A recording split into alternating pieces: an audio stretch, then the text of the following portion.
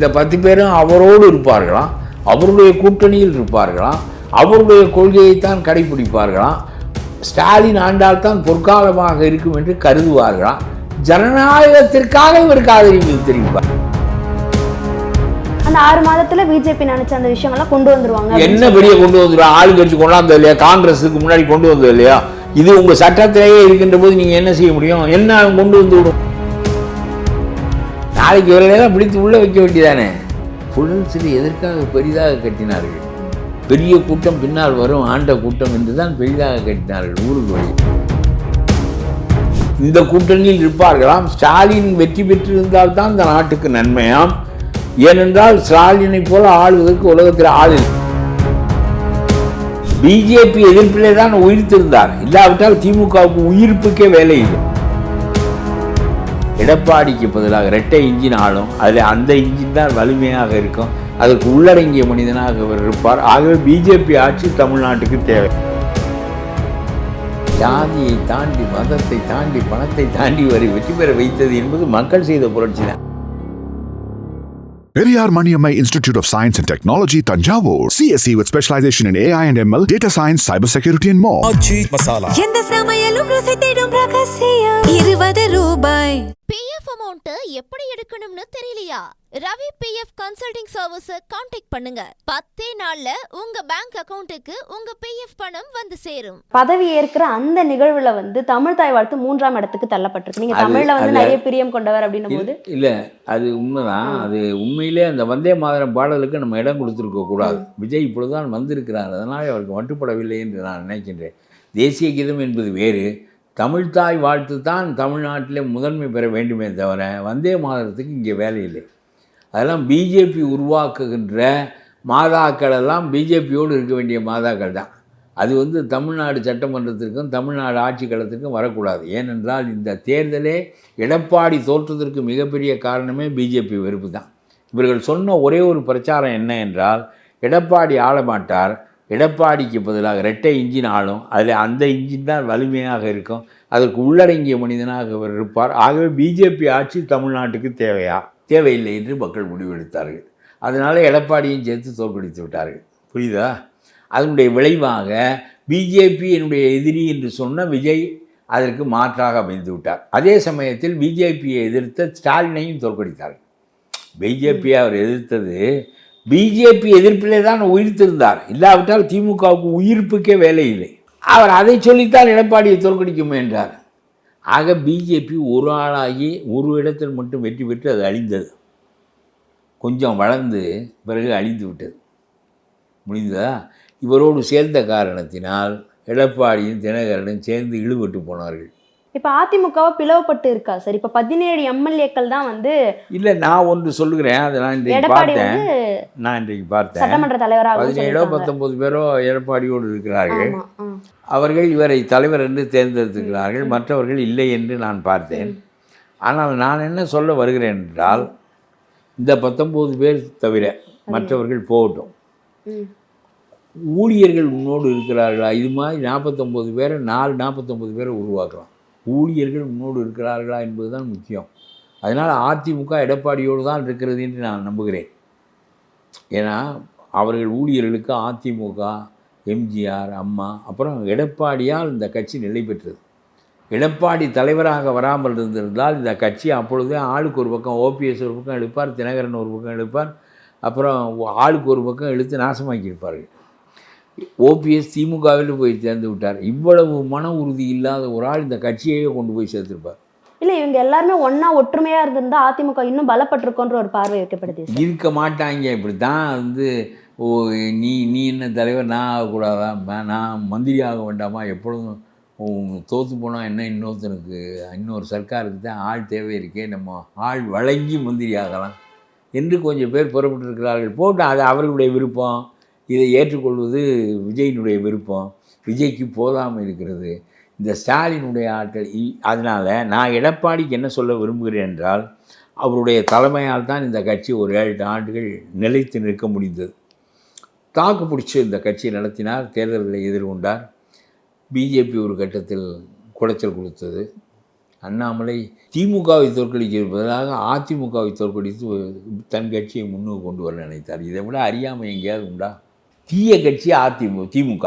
திமுகவை தோற்கடித்து அந்த இடத்துக்கு நீ அதிமுகவும் நீயுமாக மாற்றி மாற்றி ஆள வேண்டும் என்று நினைப்பீர்களா? அதை விட்டு ஸ்டாலின் அப்படியே இருப்பாராம் பத்திரமாக. அதிமுகவை சரித்து விட்டால் அந்த இடத்திற்கு வருவாராம், பிறகு முதலிடத்திற்கு வருவாராம். மூக்கை சுற்றி தொடுகிறார். இது என்ன, இன்னும் 20 ஆண்டுகளாகும். இவர் அதிமுகவை ஒழிப்பதற்கு 10 ஆண்டுகள், அதிமுகவை ஒழித்து திமுகவை ஒழிப்பதற்கு 10 ஆண்டுகள், 20 ஆண்டுகளாகும். அதுவரையில் இந்த பிஜேபி இருக்கும். இதெல்லாம் இந்த முட்டாள்தனமான ஸ்ட்ராட்டஜிஸ் என்று சொல்வார்கள், உத்திகள், தப்பான உத்திகள். அது ஒரு பக்கம் இருக்கட்டும். இந்த உத்திகளினுடைய விளைவு பிஜேபி ஒன்றும் இல்லாமல் போய்விட்டது. தமிழ் இசை கவர்னராக இருந்தவர் 3ஆவது ஒன்றும் இல்லாமல் போயிடுச்சுன்னா ஒன்று கூட வாங்கியிருக்க கூடாது. ஸோ 1 வாங்கியிருக்காங்களே. அட 1 இருந்தால் என்ன, சைபர் இருக்குது. இது ரொம்ப பெரிய இதுவா? நீ என்ன பேசுகிற? நீ இந்த 1 100 இருக்குது. 1ன்னா என்ன, ஒன்றும் இல்லைன்னா என்ன? குறிக்கத்தக்கதாக இல்லை, கவனிக்கத்தக்கதாக இல்லை, கண்ணில் தைக்கத்தக்கதாக இல்லை. உனக்கு ஒவ்வொரு ஐயே. சரி, அதனால் பிஜேபி கவிழ்ந்தது. இங்கே ஊடுருவுவதற்கு நினைத்து எடப்பாடியை வீணாக்கியது தான் அவர்கள் கண்ட பலன். நான் சொல்லுகிறேன், எடப்பாடியோடு தொண்டர்கள் இருக்கிறார்கள் என்ற நிலையில் இதை பற்றி கவலைப்படவே வேண்டாம். இவர்கள் மாதிரி இன்னும் 39 எம்எல்ஏ 390 எம்எல்ஏக்களை அந்த ஊழியர்களை வைத்து கொண்டு மக்களிடம் உண்டாக்க முடியும். அதனாலே கூடுதல் எண்ணிக்கையில் வெளியே போய்விட்டார்கள், குறைந்த எண்ணிக்கையில் நம்மிடம் இருக்கிறார்கள் என்று நினைக்க வேண்டாம். எப்படி இருந்தால் நீங்கள் எதிர்க்கட்சி தான். இதில் இந்த தொண்டர்கள் உங்களோடு இருந்தால் போதும். இன்னொரு தேர்தலிலே நீங்கள் உங்களுடைய எண்ணிக்கையை இந்த தொண்டர்களிடமிருந்து பெருக்கி புதிய எம்எல்ஏக்களை உருவாக்கி கொள்ள முடியும். Okay sir. இப்போ ஒருவேளை எடப்பாடியோட குறைந்த எம்எல்ஏக்கள் தான் இருக்காங்க, மீதி பேர்லாம் விஜயோட போவாங்க, ஒருவேளை போனாங்க அப்படின்னா அது விஜய்க்கு இன்னும் கூடுதல் பலமாக இருக்கும் அப்படின்னு நினைக்கிறேன். விஜய்க்கு கூடுதல் பலமோ இல்லை, அவர்கள் கேட்கின்ற கண்டிஷன்களுக்கு ஆட்பட்டால் விஜயினுடைய ஆட்சி அவர்களுக்கு என்ன தேவை? அவர்கள் என்ன நிபந்தனை இல்லாமல் போய் அவரை ஆதரிக்க வேண்டும் என்று பிறப்பாக எடுத்திருக்காரு. அதற்கு பிறவி நேர்த்திக்கடனா? இவருடைய கோரிக்கைகளெல்லாம் என்ன? மந்திரி பதவி தாருங்கள், இண்டிபெண்ட்டாக நாங்கள் நடத்துகிறோம். அவருடைய கட்சிக்காரனையே அவர் இறுக்கி பிடிக்கிறாரே. இப்போ வெளியே 10 பேர் இருக்கிறார்கள், பிரச்சனை இல்லை. இவருடைய கட்சியோடு சேர்ந்து இருக்கிறவன் காங்கிரஸ்காரன் மட்டும்தான். 5 பேர் இருக்கிறான், 5 பேரும் மந்திரி பதவி கேட்குறான். இதில் ஒரு சிக்கல் இருக்கிறது. இந்த 5 பேரில் 2 பேர் மந்திரி பதவி கிடைக்கவில்லை என்று, 2 பேருக்கு கிடைக்கும், 3 பேருக்கு கிடைக்காது. இவன் 3 பேர் நாம் எதற்கு காங்கிரஸில் இருக்க வேண்டும் என்று ராஜினாமா செய்து விட்டால் பிறகு மெஜாரிட்டி போய்விடும். அப்படி நடக்கவும் வாய்ப்பு இருக்கா சார்? இப்போ இது நடக்காதா? எனக்கு மந்திரி பதவி கிடைக்கல, உனக்கு மட்டும் கிடைச்சா நான் ஏன்டா உனக்கு ஓட்டு போட்டுக்கிட்டு இருக்கோன்னு கேட்பேன். இல்லைன்னா எனக்கு ஒவ்வொரு தினமும் அசம்பிளிக்கு வர்றதுக்கு நீங்கள் ஒரு கோடி மட்டும் அனுப்ப முடியும்னா ஒரு தினமும் நான் அந்த அசம்பிளி தொடரில் ஓட்டு போடுறேன்பேன். ஒரு ஆள் இல்லைன்னாலும் கட்சி தோற்று போயிடும். கண்டிப்பாக ஒரு தீர்மானம் தோற்றால் ஆட்சி போய்விடும். இது நித்திய கண்டம், பூரண ஆயுசான வாழ்க்கை. இப்படியே தான் இருக்கணும், வேறு என்ன செய்யுது? அதனால் சொல்கிறேன், விஜய் செய்ய வேண்டிய எல்லா நல்ல அறிவிப்புகளையும் காரியங்களையும் எப்படியெல்லாம் நடத்துவேன், போலீஸை எப்படி வைத்திருப்பேன், தாசில்தார்களை எப்படி வைத்திருப்பேன், ஆட்சியில் குறுக்கிடாமல் இல்லாமல் கட்சியை எப்படி வைத்திருப்பேன் என்று மெய்ப்பித்து காட்டிவிட்டு 6 மாதம் 1 வருடத்தில் அவர் வந்தால் 234 இடங்களில் 200 இடங்களை பெறுவார். அதை அவசரமாக செய்து காட்ட வேண்டும். என்றைக்கு இருந்தாலும் இது இயற்கையாக போகின்ற உயிர் இல்லை, செயற்கையாக போகின்ற உயிர் தான். 5 ஆண்டுகள் கழித்து நம்முடைய ஆட்சி ஸ்டாலினுக்கு போனது போல் போகும் என்றெல்லாம் சொல்ல முடியாது. என்றைக்கு ஸ்டாலின் விறகை உருவுகிறாரோ அப்பொழுது கொதிப்பு அடங்கிவிடும். இந்த 10 பேரும் அவரோடு இருப்பார்களாம், அவருடைய கூட்டணியில் இருப்பார்களாம், அவருடைய கொள்கையைத்தான் கடைபிடிப்பார்களாம். ஸ்டாலின் ஆண்டால்தான் பொற்காலமாக இருக்கும் என்று கருதுவார்களாம். ஜனநாயகத்திற்காக இவருக்கு ஆதரவு தெரிவிப்பார்களாம். இல்லை என்றால் கவர்னர் ஆட்சி வந்து விடுமா? கவர்னர் ஆட்சியில் 5 ஆண்டுகளுக்கு வரும். கவர்னர் ஆட்சி 6 மாதத்திற்கு வரும். பிறகு மறுபடியும் புதிய ஆட்சி வரும்ல. அந்த 6 மாதத்தில் பிஜேபி நினச்ச அந்த விஷயங்கள்லாம் கொண்டு வந்துருவாங்க. என்ன பெரிய கொண்டு வந்துடுவாங்க? ஆளுங்கட்சி கொண்டாந்தது இல்லையா? காங்கிரஸுக்கு முன்னாடி கொண்டு வந்தது இல்லையா? இது உங்கள் சட்டத்திலேயே இருக்கின்ற போது நீங்கள் என்ன செய்ய முடியும்? என்ன கொண்டு வந்து விட முடியும் என்று கேட்குறேன். என்னத்தை கொண்டு வந்து விடுவேன்? அவன் உலகத்தில் இல்லாததை உங்கள் மேலே 10 பேர் மேலே வழக்கு போட்டு புழலுக்கு அனுப்பிடுவேன். இந்த செந்தில் பாலாஜி, நேரு எல்லாரையும் வழக்கு போட்டு சிறைக்கு அனுப்பிடுவேன். ஏன்னா ஏற்கனவே நீங்கள் ஊழல் புரிந்து உங்களுடைய ஆட்சியின் காரணமாக தப்பித்திருக்கிறீர்கள். இப்போவும் விஜய் அதை செய்ய வேண்டும். செய்தால்தான் அது தவறு செய்தவர்களை தண்டிக்கின்ற மன வலிமை இருக்க வேண்டும். அதனால் நேரு மேலே வழக்கே பதிவு செய்ய மறுக்கிறார்கள். வழக்கு பதிவு செய்ய உள்ளே அனுப்பு, செந்தில் பாலாஜி உள்ளே அனுப்பு, எல்லாம் பாதி பேர் வெளியே திரிகிறான். என்ன இந்த 40 அடி ரோடை 30 அடி ரோடாக போட்டவன் பூரா சீஃப் இன்ஜினியர் வரையில் உள்ளே அனுப்பு, அந்த மந்திரி எல்லாரையும் விலங்கு போடு, இதெல்லாம் செய்யணும். செய்வதற்காக தானே மக்களுக்காக தண்டிக்கின்ற அதிகாரம் உனக்கு கிடைத்திருக்கிறது, தண்டிக்க வேண்டும். அவன் தண்டனையிலிருந்து தங்களை காப்பாற்றி கொண்டான அதிகாரத்தை பயன்படுத்தி. சரி, இப்போ நீங்கள் சொன்னீங்க விஜய் அவர்கள் வந்து முன்னாள் முதலமைச்சரை பார்த்தது, உதயநிதியை பார்த்ததெல்லாம் வந்து ஒரு அரசியல் நாகரிகம் மாண்பு அப்படின்ற மாதிரி சொன்னீங்க. ஆனால் இது மக்களுடைய பார்வையில் அப்படி பார்க்கப்படுமா? ஏன்னா தீய சக்தின்னு விமர்சிச்சவரோடய போய் கட்டி அணைச்சு ஆற தழுவுறாரு அப்படின்னும் போது தொடர்பு இல்லை. தீய சக்தி நாளைக்கு வழக்கு போடுறது அடையில தீய சக்திங்கிற ஞாபகத்தோடு தான் இவர் இருக்கிறார் என்று தெரிந்து கொள்வார்கள். நாளைக்கு இவர்களெல்லாம் பிடித்து உள்ளே வைக்க வேண்டியதானே. புழல் சிலை எதற்காக பெரிதாக கட்டினார்கள்? பெரிய கூட்டம் பின்னால் வரும், ஆண்ட கூட்டம் என்று தான் பெரிதாக கட்டினார்கள் ஊருக்கு வழியே. எனக்கு தெரியும் மத்திய சிறைச்சாலை இங்கே தான் இருந்துச்சு, ரயில்வே ஸ்டேஷனுக்கு பக்கத்தில். அதெல்லாம் பின்னாடி திமுக ஆண்டு விட்டு வர வேண்டிய கூட்டம் பெரிதாக இருக்கிறது என்று தான் அங்கே சிறையை கட்டினார்கள். அதனால் இதெல்லாம் செய்ய வேண்டியதானே. இப்போ நீங்கள் சொன்னது மாதிரி சிபிஐ, சிபிஎம், விசிக போன்ற கட்சிகள், ஐயுஎம்எல் இவங்கெல்லாம் வந்து ஆதரவு வெளியிலேருந்து கொடுக்குறேன்னு சொல்லியிருக்காங்க. ஒருவேளை இவங்க ஆதரவை வந்து வாபஸ் வாங்கிட்டாங்க அப்படின்னா வாபஸ் வாங்குவாங்கல்ல. எப்போ ஸ்டாலின் விறக உருவணும்னு நினைக்கிறாருங்கிறத பொறுத்து அது. இது விறகு சார் இண்டிபெண்டன்ட் பார்ட்டி நாங்கள் அவர் எதுவும் சொல்ல அவங்க சொல்லி நாங்கள் முடிவு. அப்போ எதுக்கு அதே கூட்டணியில் இருக்கிறோம் என்று சொல்கிறார்கள்? நான் சொல்லுகிறேன், நாடு முழுவதும் உள்ள மக்கள் ஒரு புரட்சியை விரும்பி இருக்கிறார்கள், மாறுதலை விரும்பி இருக்கிறார்கள். ஒரே ஆள் தெரிந்தவர் விஜய் போதுமானது, அவரோடு இருக்கிறவர்களெல்லாம் சரியில்லை என்று எங்களுக்கு தெரியும். ஆனாலும் நாங்கள் வாக்களிக்கிறோம். ஏனென்றால் இந்த ஊழலான பரம்பரையான ஆட்சிக்கு முடிவு கட்ட வேண்டும் என்று மக்கள் கொதிப்படைந்து இந்த மாறுதலை விரும்பி இருக்கிறார்கள். அவர்களுடைய கூட்டணியில் தான் இருப்பார்களாம். அடுத்த தேர்தலில் அந்த கூட்டணியில் தான் அவர்கள் தேர்தலில் போட்டியிடுவார்களாம். ஆனால் ஜனநாயகத்திற்காக கவர்னர் ஆட்சி வந்து விடக்கூடாது இருக்கு. கவர்னர் 60 வருஷம் ஆள போகிறார், அதுக்காக வந்து விடக்கூடாது என்பதற்காக ஆதரிக்கிறார்களாம். இதெல்லாம் ஒரு லாஜிக், இதெல்லாம் ஒரு தர்க்கம். அப்போ என்ன பொருள்? அதாவது இவ்வளவு பெரிய மாறுதலை மக்கள் விரும்பினார்கள். ஆனால் இந்த கம்யூனிஸ்ட் 10 பேர் இருக்கிறானே, அவன் இந்த மாறுதலை விரும்புகிறார்.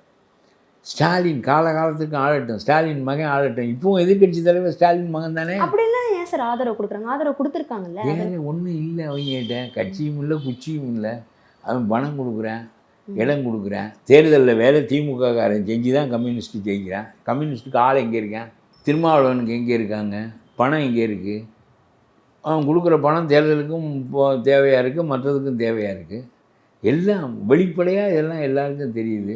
அதனால் ஊதுகுழல் வைத்து ஒத்துவதி கொண்டே இருக்கிறார்கள். வைத்த வாய் எடுக்காமல் நாயனக்காரருக்கு ஒத்துவதுகின்ற துணை நாயனக்காரர்களாக வாழ்க்கை முழுவதும் இருக்கிறார்கள். இல்லை, அது நிருபர்கள் கேட்குறப்ப என்ன சொல்கிறாங்க, ஒருவேளை நாங்கள் அப்படி இருந்திருந்தால் காங்கிரஸ் மாதிரி உறவை முறிச்சிட்டு போயிருப்போம், நாங்கள் இங்கே இருந்துகிட்டே ஆதரவு கொடுக்குறோம் அப்படின்னா நாங்கள் அந்த இருந்துக்குன்னு எப்படி ஆதரவு கொடுக்குறது?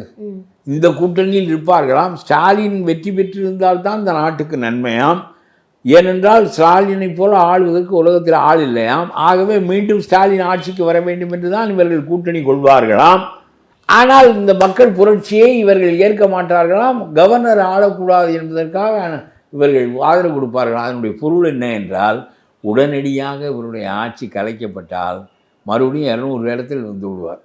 மக்கள் நாம் போதுமான ஆதரவை தரவில்லை, அதனாலே தோற்கடிக்கப்பட்டார் என்று பெருவாரியான ஆதரவை கொடுப்பார்கள். ஓகே, 108 இடங்களில் ஜெயிச்சவர் 200 இடங்களில் வெற்றி பெறுவார். மறுபடியும் உடனடியாக விஜய் தேர்தலுக்கு போகக்கூடாது.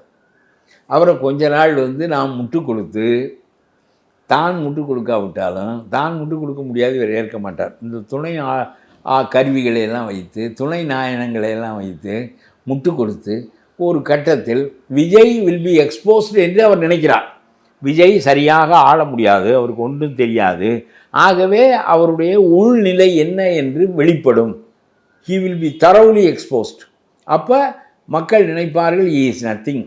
அதனால் மறுபடியும் we cannot elect him again என்று மக்கள் நினைப்பார்கள் என்று இவர் கருதுகிறார். ஸ்டாலின் கருதுகிறார். ஸ்டாலின் பெரிய கலைஞராவது பெரிய புத்திசாலி என்று வைத்துக் கொள்ளுங்கள். இவருக்கு என்ன தெரியும்? இவர் எல்லாம் எழுதி கொடுப்பதை படிக்கிறவர் தானே இவரும். விஜய் ரொம்ப குறைவு, இவர் ரொம்ப கூடுதல் என்றெல்லாம் இல்லை, எல்லாம் ஒரே.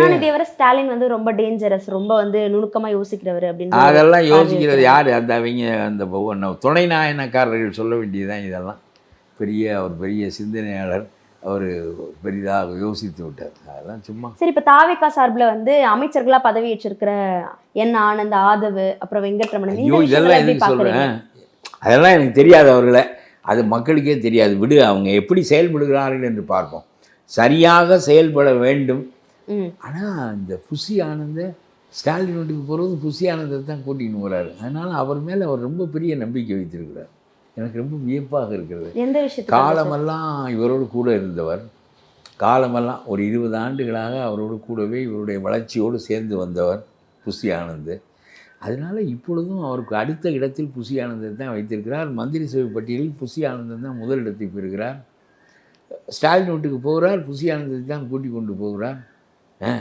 அதனால் அவருடைய பெரிய நம்பிக்கையை பெற்றவராக இவர் தான் இருக்கிறார். அது அவருடைய லாயல்ட்டிக்கு இவர் கொடுக்கின்ற மதிப்பு என்று தான் எனக்கு தோன்றுவது. சில பேருக்கு அப்படியெல்லாம், நம்மளாம் அந்த மாதிரியான லாயலாக ஒருத்தருக்கும் இருக்க மாட்டோம். நமக்கு சொந்தமாக ஒரு கருத்து ஓடும், மறுப்போம், எதிர்ப்போம், அதெல்லாம் சொல்ல முடியாது. அவர்களெல்லாம் ஒரே நிலைப்பாடு தான். விஜய் என்றால் விஜய் தான், வேறு சிந்தனையே பிறப்புக்கு கிடையாது என்று இருக்கின்றவர்கள் சில பேர் இருப்பார்கள்.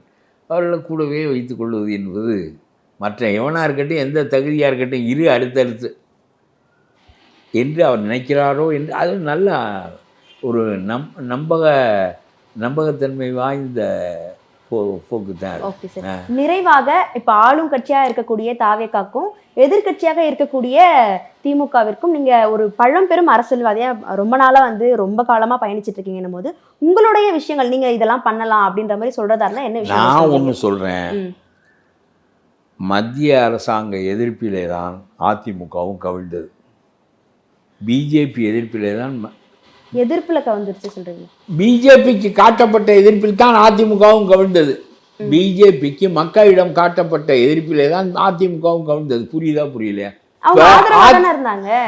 பிஜேபி அவங்க ஆதரவாக தானே இருந்தாங்க எடப்பாடி அவர்களும். அவங்க 2 பேரும் கூட்டு பிஜேபியோட ஏன் சேர்ந்த என்று பிஜேபி மீது கொண்ட கோபம் தான் அதிமுகவுக்கும் எதிராக திரும்பியது என்று நான் சொல்கிறேன்.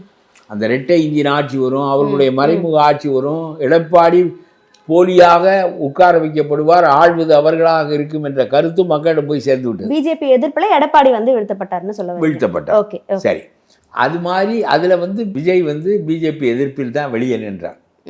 அவர் ஒரு சிறுபான்மை சமயத்தை சேர்ந்தவர். ஆகவே அவரால் இந்த பெரும்பான்மை இந்துத்துவ அமைப்பை சார முடியாது. ஆகவே இவருடைய எதிர்ப்பு சரியானது என்று மக்கள் நினைத்தார்கள். மக்கள் பாருங்கள், எந்த மதத்தை சேர்ந்தவனையும் ஆதரிக்கிறார்கள். ஜாதியை தாண்டி, மதத்தை தாண்டி, பணத்தை தாண்டி வரை வெற்றி பெற வைத்தது என்பது மக்கள் செய்த புரட்சி தான். இதெல்லாம் இவர்களுடைய திறமை என்றெல்லாம் இல்லை. அதை புரிந்து கொண்டு விஜய் சரியாக மக்கள் எதிர்பார்ப்பதை, இந்த கொடிய கொள்ளை கூட்டத்தை ஒடுக்கி நிறைய திட்டங்களை வகுத்து காரியங்கள் செய்வார். ஏனால் அவருடைய ஆட்சி நீடிக்கும், மீண்டும் வருவார். ஓராண்டு 2 ஆண்டுக்கு பிறகு விறகை உருவி விடுவார்கள். உங்களுடைய ஆட்சியை நீண்ட காலம் நடத்த விடமாட்டார்கள். இன்னொரு தேர்தலில் தான் நீங்கள் பெரும்பான்மை பெற வேண்டும்.